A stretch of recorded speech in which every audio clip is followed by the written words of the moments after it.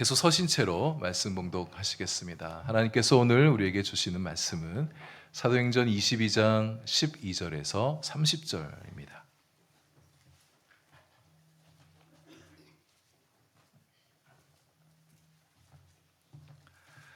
사도행전 22장 12절에서 30절.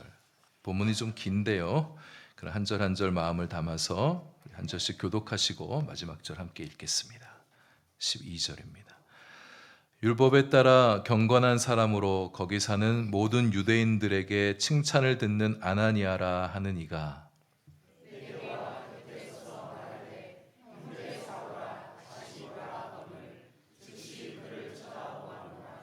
그가 또 이르되 우리 조상들의 하나님이 너를 택하여 너로 하여금 자기 뜻을 알게 하시며 그 의인을 보게 하시고 그 입에서 나오는 음성을 듣게 하셨으니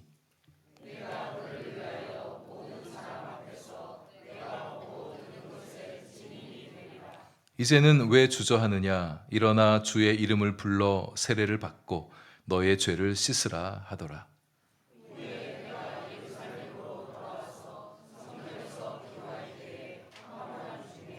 봄에 주께서 내게 말씀하시되 속히 예루살렘에서 나가라. 그들은 내가 내게 대하여 증언하는 말을 듣지 아니하리라 하시거늘.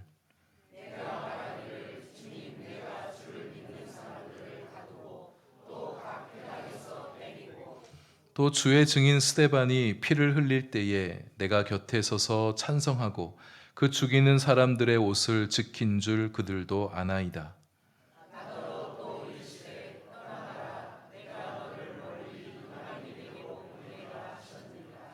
이 말하는 것까지 그들이 듣다가 소리질러 이르되 이러한 자는 세상에서 없애버리자 살려둘 자가 아니라 하여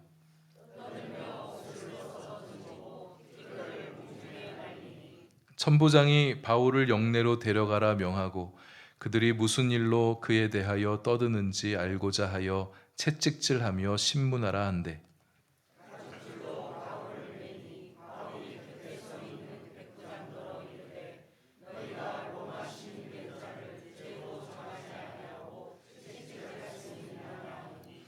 백부장이 듣고 가서 천부장에게 전하여 이르되 어찌하려 하느냐 이는 로마 시민이라 하니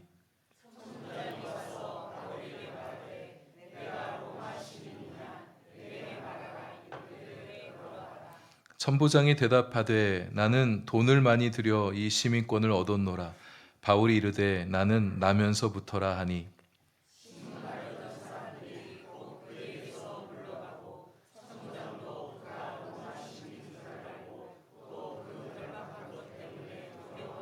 함께합니다. 이튿날 천부장은 유대인들이 무슨 일로 그를 고발하는지 진상을 알고자 하여 그 결박을 풀고 명하여 제사장들과 온 공회를 모으고 바울을 데리고 내려가서 그들 앞에 세우니라. 아멘. 우리 지휘자 김변호 장로님 지난주에 갑상선 쪽에 수술하셔가지고 몸이 성치 않으신데 또 이렇게 오셔서 또 성가대 지휘도 해주시고 감사합니다. 장로님 건강 위해서 또 많이 기도해 주십시오.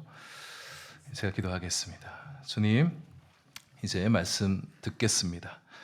말씀으로 우리를 다스리시며 역사하신 하나님께서 우리 각자의 심령 가운데 필요한 말씀을 들려주시고 말씀의 은혜, 말씀의 능력 힘입어 우리의 존재와 삶이 더욱 아름답고 견실하게 세워져 가게 하여 주옵소서. 예수님 이름으로 기도합니다. 아멘.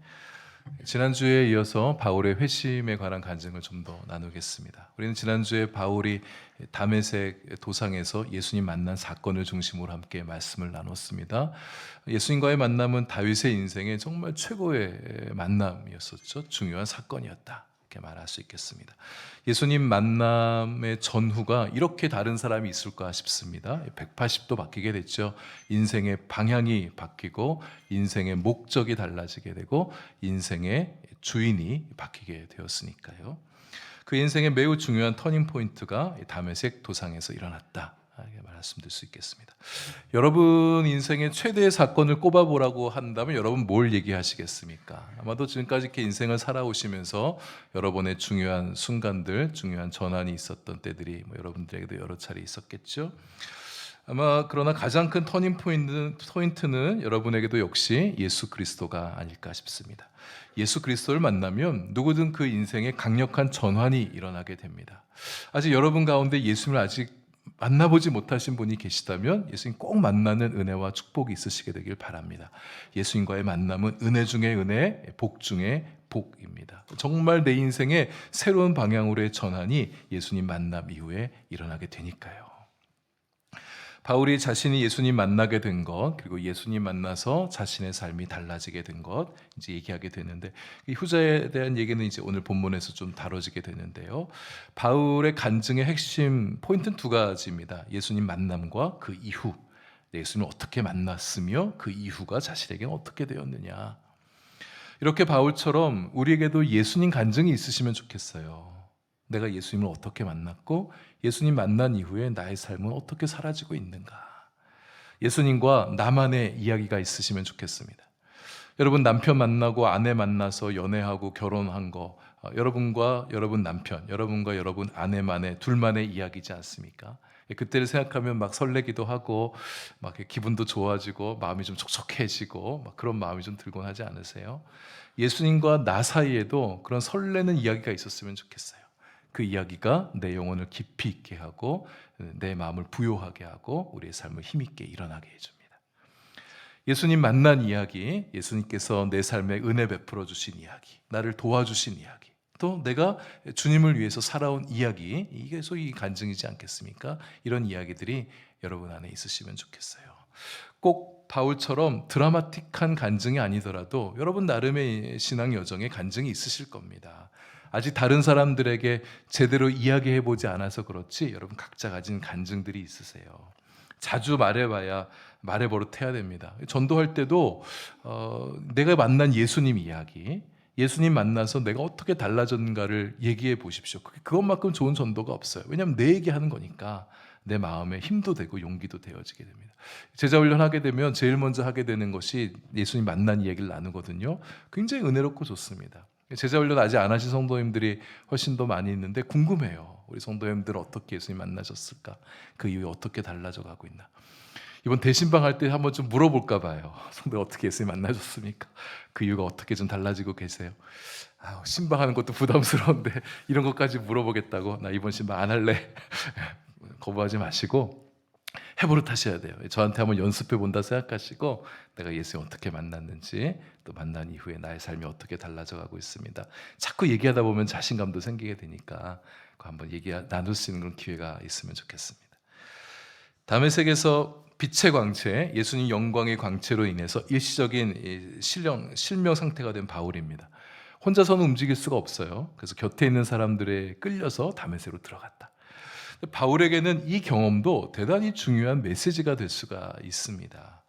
바울은 늘 주도적으로, 능동적으로 살아왔던 사람이에요. 근데 이 사건을 계기로 완전히 수동적인 존재가 되는 겁니다.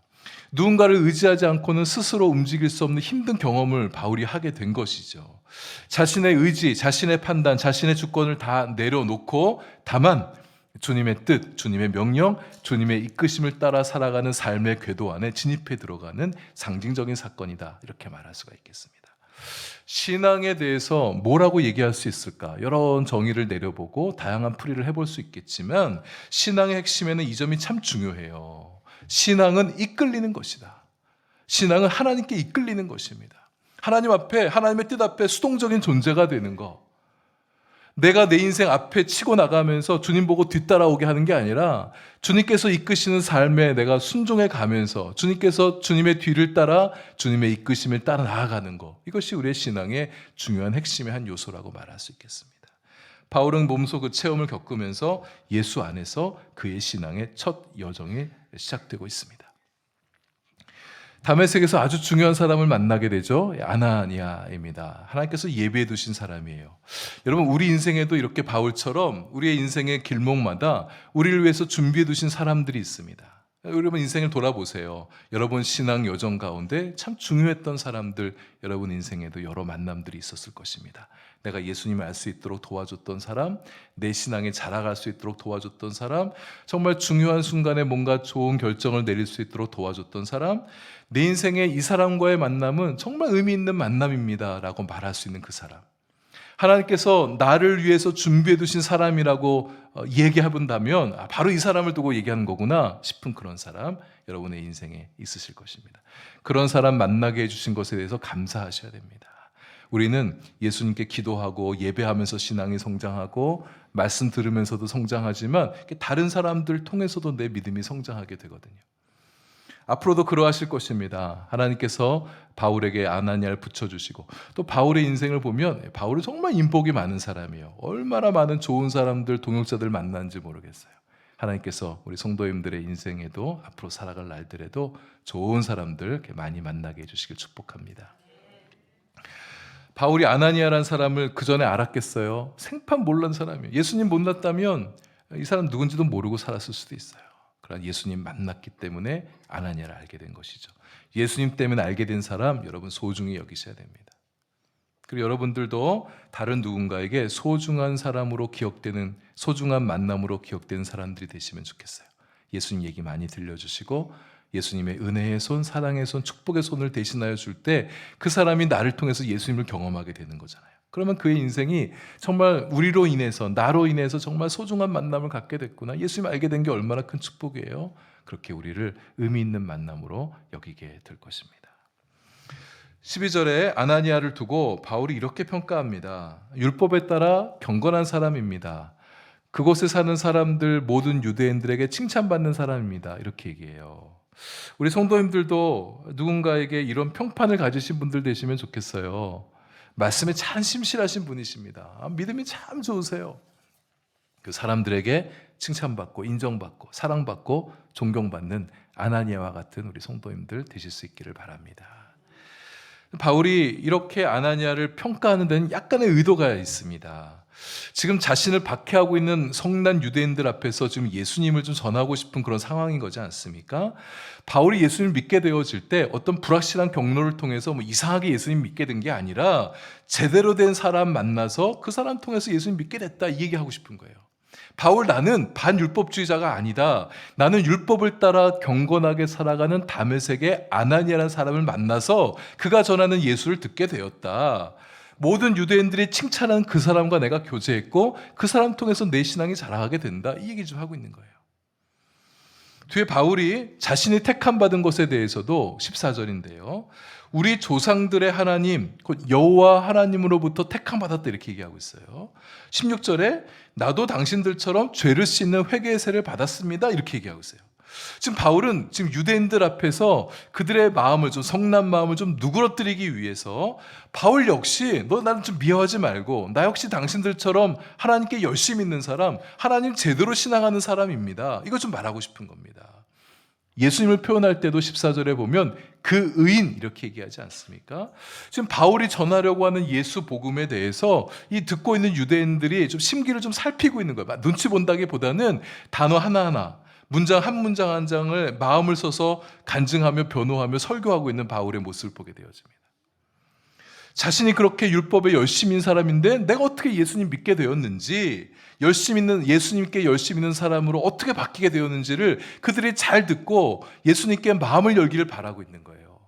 여러분, 이 모습은 우리가 전도할 때도 필요합니다. 상대방의 입장에서 상대방의 마음을 좀 알아주고 상대방이 알아듣게 전도해야 되잖아요. 물론 결정적인 순간에는 전도는 선포예요. 그러나 그의 마음이 열릴 때까지 복음을 좀 차근차근 잘 설명해 줄 필요가 있겠죠.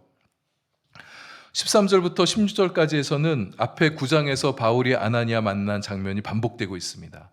물론 9장에서 얘기했는데 여기서 생략한 게 있고요. 또 9장에서 얘기한 것을 여기서 조금 다르게 표현한다든지 조금 덧붙이는 것도 있습니다. 그러나 전체적인 맥락에서는 같은 얘기를 반복하고 있어서 앞에 또 충분히 다뤘기 때문에 오늘은 하나의 포인트만 짚고 넘어가려고 합니다. 하나님께서 바울을 택하실 때 하셨던 말씀이에요. 14절 15절 요약 정리하면 하나님이 바울을 택하신 이유가 뭐냐? 바울에게 하나님의 뜻을 알리신 이유가 뭐냐? 예수님을 보게 하시고 예수님의 음성을 듣게 하신 이유가 뭐냐? 이게 바울이 예수님의 증인이 되게 하시려 하시는, 증인이 되게 하려고 한 것이다. 이런 우리의 부르심도 마찬가지예요. 하나님께서 우리를 택하시고 우리를 불러주시고 주님 앞에 세우신 이유, 우리가 구원 백성이 되어서 하나님의 뜻을 알고 예수님과 교제하면서 살아가게 하신 이유, 역시 우리도 예수님을 드러내며 예수님을 증거하며 살기 원하시는 거다. 여러분, 우리의 신앙의 이유, 신앙의 목적의 중요한 부분이 우리가 예수님과 교제하는 거예요. 예수님을 닮아갑니다. 예수님 안에서 내 신앙이 성장하고 예수 그리스도 안에서 내 삶이 풍성해지고 부요해지고 아름다워지는 것도 우리 신앙생활하는 중요한 목적 중에 하나예요. 그러나 또 하나, 예수 그리스도를 위해 살아가는 것, 이것이 주님의 우리의 부르심의 중요한 목적이 되어집니다. 예수님은 우리를 통해서 세상 가운데 그 이름이 드러나길 바라십니다.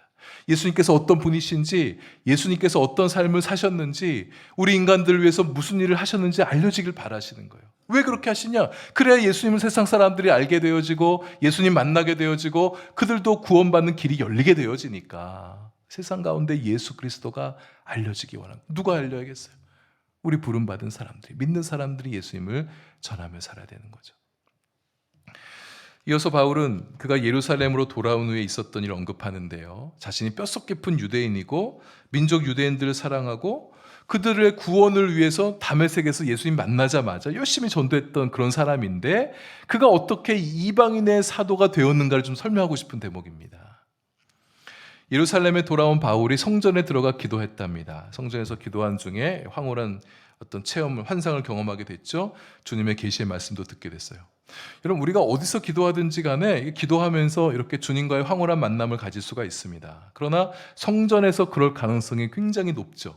왜냐하면 이 성전에는 주의 임재가 가득한 곳이기 때문에, 우리 성도들의 기도가 많이 쌓이는 곳이기 때문에, 찬양이 가득한 곳이기 때문에, 성도들의 믿음과 소망과 사랑이 이곳에 가득하기 때문에 우리 성전에서 더욱 주님을 만날 가능성이 높습니다. 여러분들도 성전에서 깊이 기도하시는 중에 주님과의 황홀한 만남을 가지시게 되시고 거룩한 환상과 계시의 말씀을 보고 듣는 은혜가 여러분들에게도 있으시게 되길 바랍니다. 바울에게 주님의 말씀이 들려옵니다. 근데 처음 들려오는 그 말씀이 바울이 그 말을 듣고 막 기쁘다든지 막 가슴이 뛴다든지 막 열정이 막 솟게 되어지는, 막 영혼에 힘이 생기는 그런 말씀이 아니었어요. 의아하게 느껴지고 다소 하나님을 향해 실망스럽게 느껴지는 말씀을 주시는 겁니다. 예루살렘을 떠나라는 명령이에요. 바울이 원래 살던 집이 예루살렘인데 예수님 만나서 예루살렘에 왔어요. 예루살렘에 수많은 유대인들이 있어요. 그들에게 예수님 증거할 수 있는 좋은 기회가 왔는데 어떻게 자기를 떠나라고 얘기하시나? 왜 떠나야 되는가? 할 일 많은 이 세상, 할 일 많은 이 도시 속에서. 예수님 얘기하시잖아요. 네가 아무리 예수님에 대해서, 나에 대해서 얘기해도 저 사람들이 듣지 않을 거다. 아니, 예수님 얘기하겠다는데 하나님이 좀 도와주셔야 되는 거 아니에요? 도대체 자기 보고 어디를 가라고? 떠나라는 주님의 말씀에 마음이 좋지 않은 거예요. 뭐 전도하라는 거예요? 말라는 거예요? 내가 주님을 위해서 살겠다는데 왜 내 전도를 막으시나? 주님께서 막으시는 거예요. 기분이 좋지 않을 수 있죠. 그래서 바울이 나름 이의를 제기하잖아요. 나름 항변하는 내용들 보면 상당히 설득력이 있어요. 뭐라고 그러는가 한번 보십시다. 이렇게 말하잖아요. 내가 주 예수를 믿는 사람들을 가두고 심지어 회당에서 때리기까지 했던 사람입니다. 내가 이랬다는 거, 내 과거의 전력이 이랬다는 거 여기 사는 유대인들이 다 안단 말이에요. 또 스데반이, 기독교인들이 그렇게 중요하게 여기는 스데반이 돌 맞아 죽을 때 내가 그 현장에 있었습니다. 바울을 죽이는 것을 나도 찬성했었고 그들의 옷을 내가 받아다 두었었습니다. 그래서 옷을 지키는 자라는 의미는 예수 때리려는 사람들의 옷을 내가 누가 훔쳐가지 못하도록 잘 보관하겠다 이런 말이 아닙니다. 옛날 유대인들 전통 중에는 어떤 일을 행할 때 증거로 삼고 싶을 때 옷을 던져요. 바울 앞에서 옷을 던지면서 바울이 스데반 죽이는 이 사람들의 합당한, 스데반을 죽이는 것이 정당하다는 것을 입증해 주는 사람이 됐다고, 자처했다고 그 얘기를 하는 거예요. 예수 믿는 사람은 이렇게 열렬히 박해했던 내 과거를 이 유대인들이 다 압니다. 그렇기 때문에 내가 이렇게 바뀐 모습을 저들 앞에 보여주게 되면 저들이 궁금해할 거라고. 도대체 저렇게 율법에 열심인 사람이 어떻게 예수님 믿게 되었나 궁금해할 거라고. 내가 어떻게 예수님 믿는 사람이 됐는지, 복음의 사도가 됐는지 잘 설명하게 되면 저들의 마음이 주님께로 돌아올 수 있습니다. 이것을 말하고 싶은 거예요.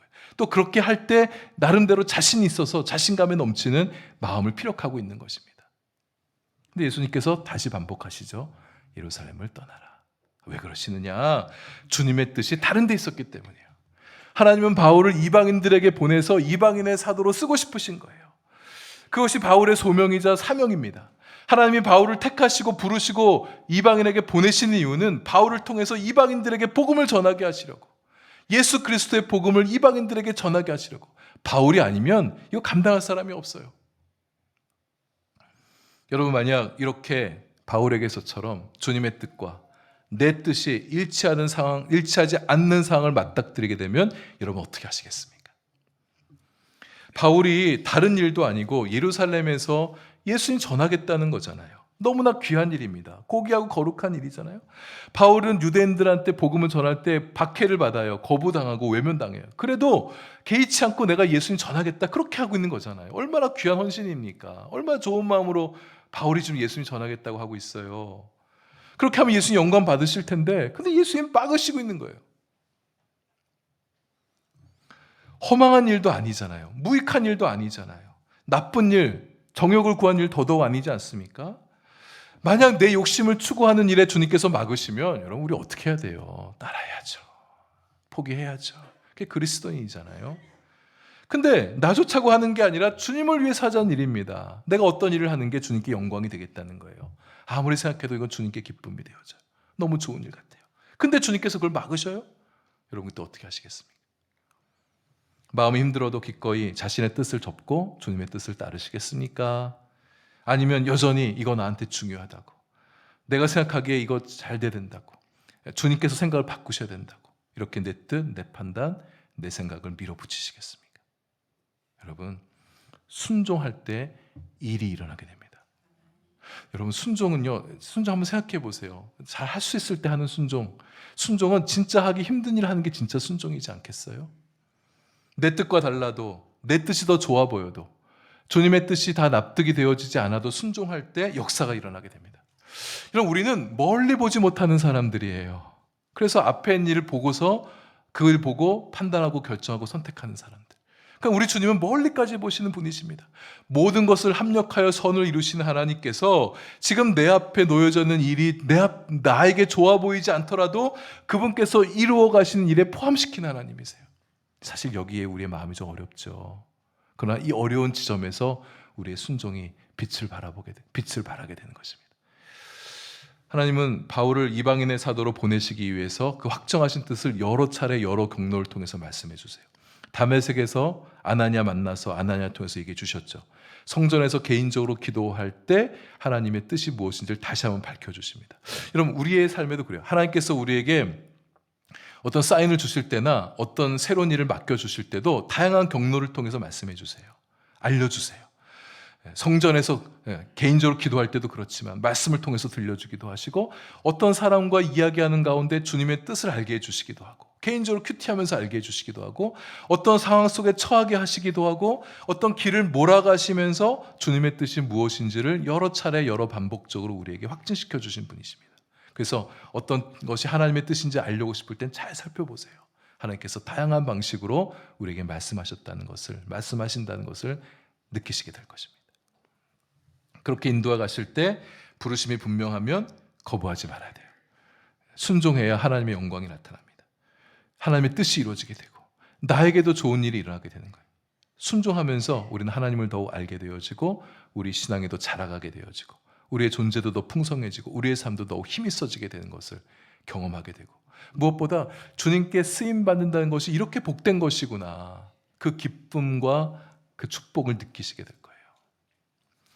하나님은 바울을 멀리 이방인에게 보내려 하셨습니다. 공간적으로 멀리 떨어져 살아가는 이방인들이니까 멀리 이방인이기도 하지만 유대인들과 정서적으로 멀리 떨어져 있기 때문에 멀리 떨어져 있는 이방인들이에요. 하나님은 유대인들에 의해서 죄인 취급당하고 있는 이방인에게 바울을 보내려는 겁니다. 이 선민 사상에 찌들어져 있는 유대인들, 이방인들을 바라볼 때 저들은 하나님께 버림받은 사람이야, 이렇게 생각하고 있는 유대인들이에요. 그렇게 취급당하고 있는 이방인들, 그들을 구원하기 원하시는 하나님. 바울은 유대인들처럼 바울이 이방인들을 멀리하지 않고 하나님처럼 이방인들을 가까이 하기 원하셨어요. 그래서 지금 하나님으로부터 멀리 떨어져 있는 그들을 하나님께 가까이 하게 하는 일에 바울을 쓰시려고 하시는 겁니다. 하나님은 구원에 관하여 유대주의적인 장벽을 다 허무시고 구원이 세계적이고 보편적인 것을 알리기 원하셨습니다.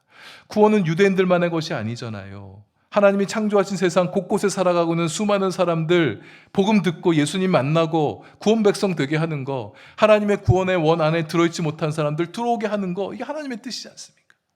하나님은 그 일의 시작, 이방인을 구원하는 그 놀라운 구원의 역사의 포문을 바울이 열기를 바라셨습니다.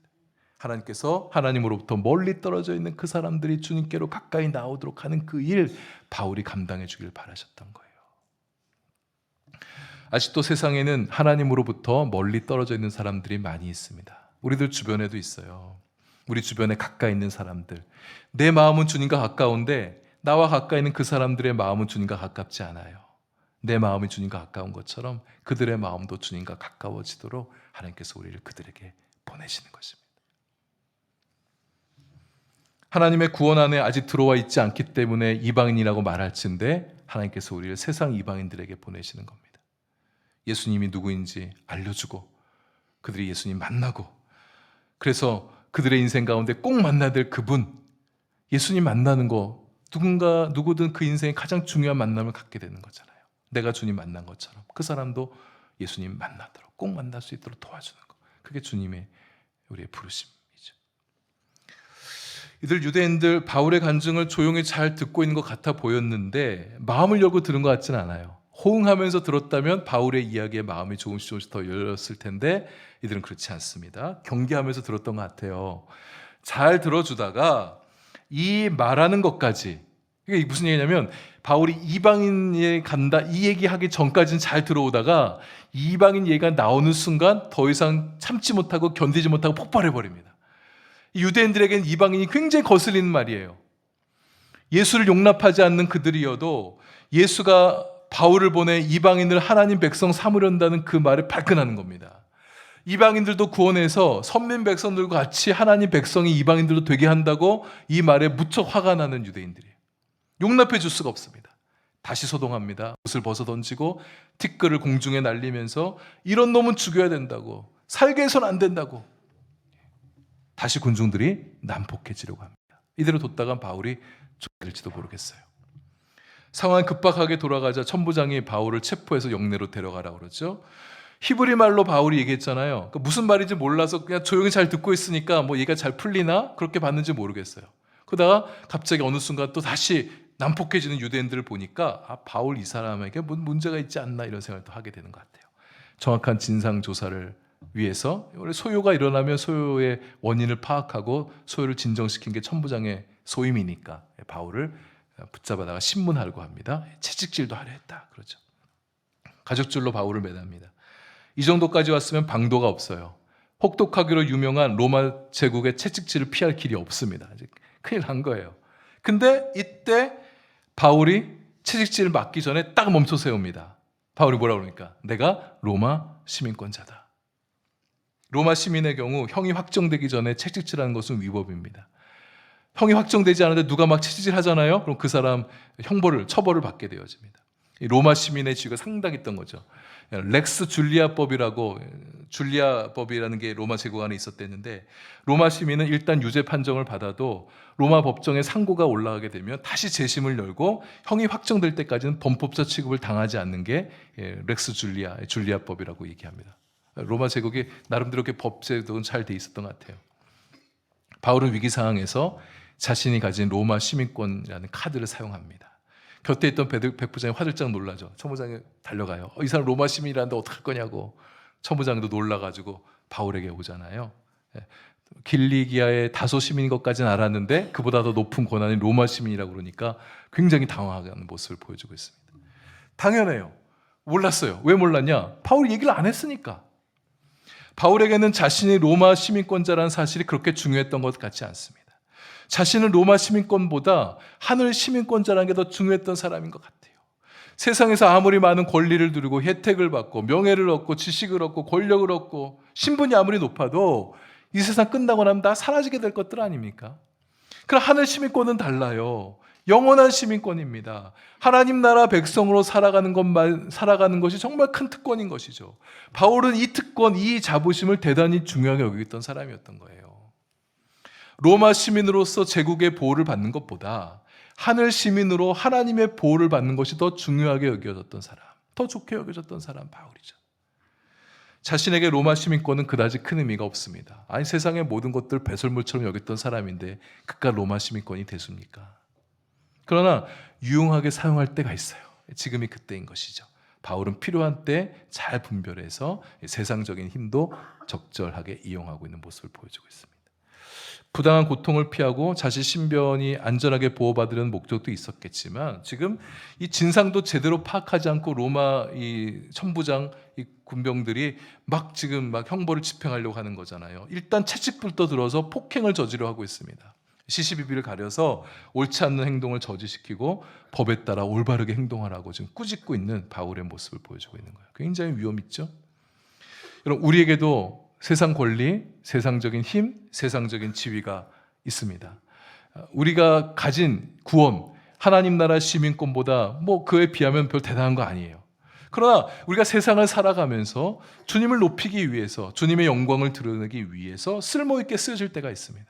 우리에게 하나님께서 어떤 세상적인 것들을 주신 게 있으시다면 뭐 권력이든 재물이든 뭐 지식이든 인맥이든 뭔가를 잘할 수 있는 재능이든 뭔가 유용한 뭔가를 주셨을 때 그 힘 가지고 하나님의 영광을 나타내는 데 지혜롭게 사용하는 우리 성도님들 되시면 좋겠습니다.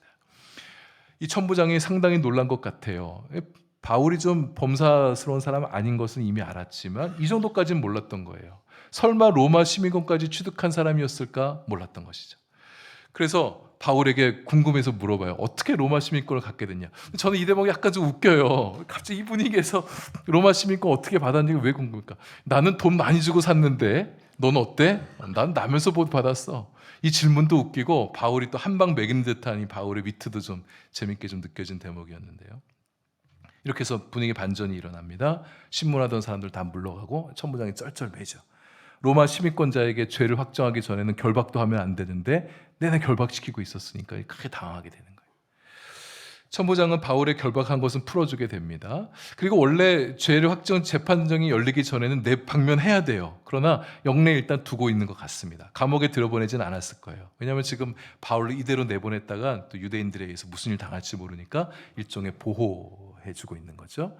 그 다음 날이 되었을 때 재판을 열어서 진상규명을 잘 하려고 하죠. 그래서 제사장도 모이게 되고 공의원들도 왔다. 그러니까 유대 사람으로서 힘 있는 사람 다 모아놓은 거예요. 이 앞에서 이제 바울을 세워 재판을 집행합니다. 바울에게 또 한 번의 기회가 온 거예요.